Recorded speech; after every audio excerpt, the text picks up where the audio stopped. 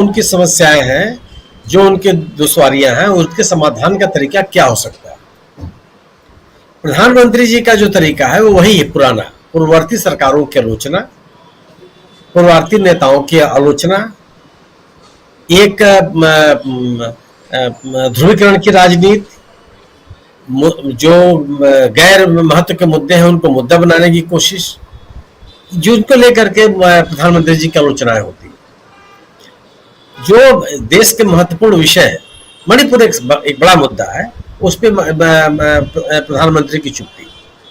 राहुल गांधी ने इस देश का कोई ऐसा विषय नहीं रहा है जिस पे मुखरता के साथ न बोला, चाहे उसका उनको राजनीतिक नुकसान हुआ हो चाहे फायदा हुआ। राहुल गांधी ने ध्रुवीकरण की राजनीति नहीं की। राहुल गांधी ने साफगोई के साथ अपनी कमियों को स्वीकार किया, अपनी पार्टी की कमियों को स्वीकार किया, पूर्ववर्ती कांग्रेस सरकार की गलतियों के लिए माफी ही मांगी। भारतीय जनता पार्टी या प्रधानमंत्री जी की राजनीति इसके लिए कहीं तैयार नहीं होती, और ऐसा तो संभव नहीं है कि कोई व्यक्ति हो उससे गलतियां न होती हों। राहुल गांधी हेडलाइन मैनेजमेंट के लिए कोई राजनीति नहीं करते, और बीजेपी की सरकार की सबसे बड़ी प्राथमिकता होती है हेडलाइंस मैनेजमेंट। आप कोई बात कहते हैं, अब कांग्रेस और भारतीय जनता पार्टी में सत्तारूढ़ दल और विपक्ष का अंतर नहीं रह गया। अब बीजेपी भी सत्तारूढ़ दल है। अगर बीजेपी यह कहती है, आश्वासन देती है कि हरियाणा में वह 500 रुपए के हिसाब से गैस का सिलेंडर देगी, तो लोग सवाल पूछेंगे कि बीजेपी शासित राज्य, किन राज्यों में 500 रुपए में सिलेंडर मिल रहा है। आपकी बात पे यकीन नहीं करेंगे वो, और ये भी पूछेंगे कि अगर 500 रुपए में सिलेंडर दिया जा सकता है तो पूरे देश में क्यों नहीं दिया जा रहा है, ये चुनाव के मौके पर क्यों याद आता है। अगर ये सरकार ये कहती है कि हरियाणा के हर राज्य में, हर जिले में एक मेडिकल कॉलेज खोल देंगे, तो लोग पूछेंगे कि 10 साल में कितने मेडिकल कॉलेज खोला आपने हरियाणा में जी। तो अब ये स्थिति नहीं है ना कि आप केवल कांग्रेस की सरकार की आलोचना कर दीजिए कि जवाहरलाल नेहरू की सरकार ने क्या किया था और राजीव गांधी की सरकार ने क्या किया था, इंदिरा गांधी की सरकारों ने क्या किया था। अब आपको ये बताना होता है कि आप अपने 10 साल की सरकारों ने, 10 साल के अवधि में आपने किया। राहुल गांधी का यह है कि राहुल गांधी आने वाले दिनों के भी सपने दिखाते हैं, और ये कहते हैं कि हम जो कर रहे हैं वो हमारे जिन राज्यों में उनकी सरकारें वो करते हुए दिख रहे हैं। अगर उनकी कहीं भी किसी से मुलाकात हुई, निरर्थक मुलाकात किसी से नहीं हुई, केवल फोटोस के लिए मुलाकात कभी नहीं हुई। अगर वो कर्नाटक के चुनाव में जिस समूह के लोगों के साथ मिले हैं, उन सभी समूहों के लिए कि जो उनकी प्रमुख समस्याएं थी, उनका समाधान करने के लिए कर्नाटक सरकार ने अपने नीति और कार्यक्रम और कानून बनाए। ये कभी नहीं हुआ कि मिलकर चुपचाप होकर चले गए। प्रधानमंत्री जी ने पिछले कुंभ 2019 के कुंभ में कुछ दलित लोगों के, सफाई कर्मियों के पैर धोए थे। उसके बाद क्या हुआ? अगर प्रधानमंत्री जैसा व्यक्ति किसी से मिल जाए, किसी समूह से मिले, उसके बाद भी उस समूह के जीवन में कोई परिवर्तन न हो, तो क्या कर सकते हैं? मूल सवाल यह है कि लोगों के जीवन से जुड़े हुए जो प्रमुख मुद्दे हैं, आप उनके समाधान की बात कीजिए।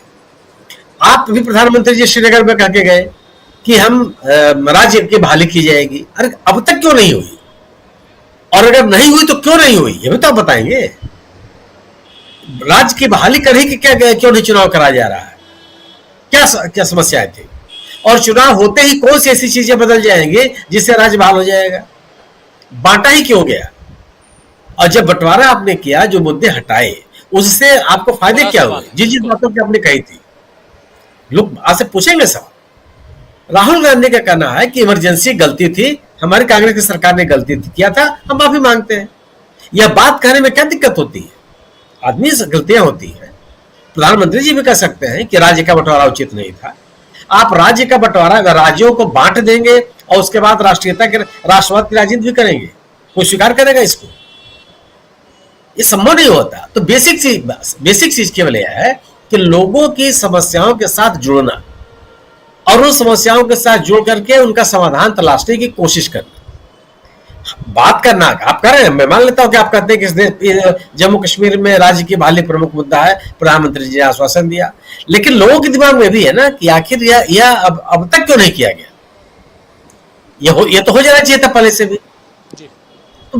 दो राजनेताओं की सबसे बड़ा अंतर, प्रधानमंत्री जी लोगों के से सवाल नहीं पूछ रहे हैं, स्वीकार करना चाहते, वो नहीं चाहते हैं कि उनसे कोई सवाल पूछे। राहुल गांधी सर्वत्र उपलब्ध है, कोई उनसे सवाल पूछ ले, जहां उपलब्ध है अपनी बात करने के लिए तैयार है। राहुल गांधी अपनी कमियों के लिए किसी दूसरे का सहारा नहीं लेने के लिए तैयार है कि अगर कांग्रेस से कोई गलती हुई है तो वह गलती पूर्ववर्ती कांग्रेस पार्टी के अध्यक्षों की थी, वो ये नहीं कहते, वो कहते कांग्रेस से गलती थी, कांग्रेस गलती स्वीकार की। प्रधानमंत्री जी किसी चीज को स्वीकार करने के लिए नहीं तैयार होते, वो उनका कोई ना कोई कंधा चाहिए होता है जिसका सहारा ले। प्रधानमंत्री जी सुनील जी रोकना चाहूंगा। प्रधानमंत्री तो उनके नाम से चिट्ठी लिखी जाती है, उसका जवाब किसी और से दिलवाते हैं, पार्टी अध्यक्ष से दिलवाते हैं। वो शायद भूल जाते हैं कि वो देश के प्रधानमंत्री भी हैं। बिल्कुल सही कहा आपने। यही जब अगर मान लीजिए हम लोग ने, मैंने कहा ना पहले कि मल्लिकार्जुन खड़गे साहब ने प्रधानमंत्री को चिट्ठी लिखी है, भारतीय जनता पार्टी के नेता को चिट्ठी नहीं लिखी है कि जेपी नड्डा साहब उसका जवाब दे रहे हैं। ठीक है, अगर किसी भारतीय जनता पार्टी के नेता को चिट्ठी लिखी जाए और पार्टी का अध्यक्ष उसका जवाब दे तो और गंभीर बात है, और उसको ये माना जाए कि आप अपने नेता को लेकर बहुत गंभीर है।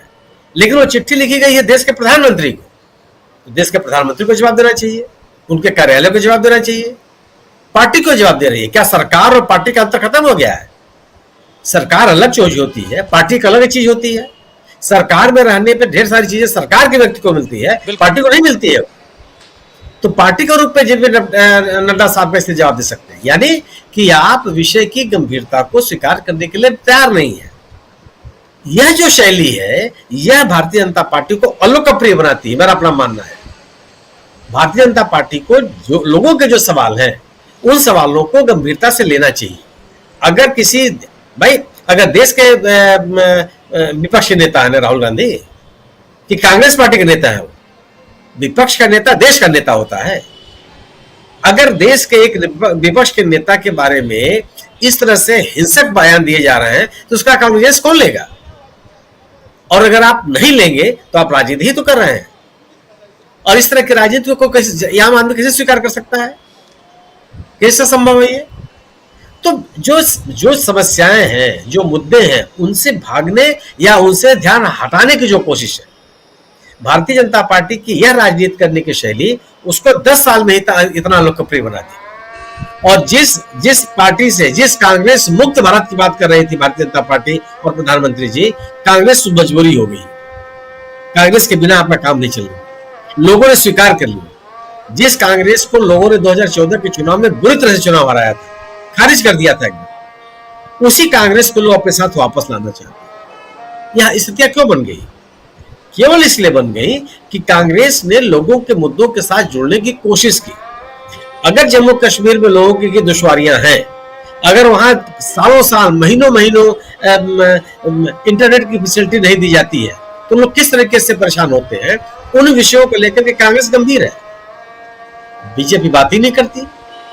बीजेपी चुनाव कैसे जीते जाए उसकी बात करने लगती है। आप एक राज्य का बंटवारा करेंगे, उस बंटवारे के बाद घाटी और जम्मू क्षेत्र में जो सीटों का बंटवारा होगा